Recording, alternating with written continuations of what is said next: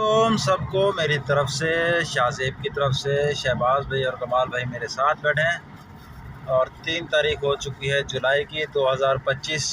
हम लोग नारायण से आए इस्लामाबाद में, हमने कहा स्टे करेंगे।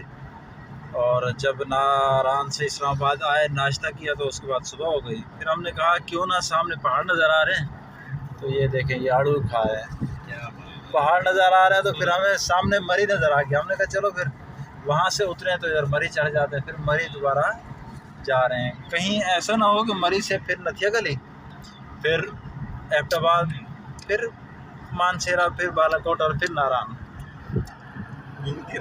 क्या ख्याल है? तो ये आपने आते हुए भी बताया था ऐसे हो सकता है। मैंने कहा था कि नारायण से हम लोग जाएं बालाकोट, मानसेरा, एबटाबाद, फिर नथिया गली, मरी, इस्लामाबाद से फिर मोटरवे, फिर हज़ारा मोटरवे, फिर नारायण की तरफ। तो ये देखें माशाल्लाह सुबह के तकरीबन ये बज रहे हैं 5:10। और कैसा मौसम है इस्लामाबाद का, देखें इस्लामाबाद कैसा लग रहा है। इस टाइम बड़े कम लोग देख सकते हैं इस्लामाबाद को, जब हम देख रहे हैं।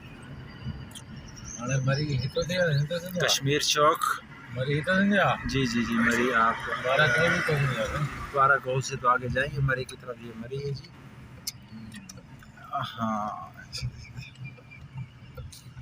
चलो, हाँ जी।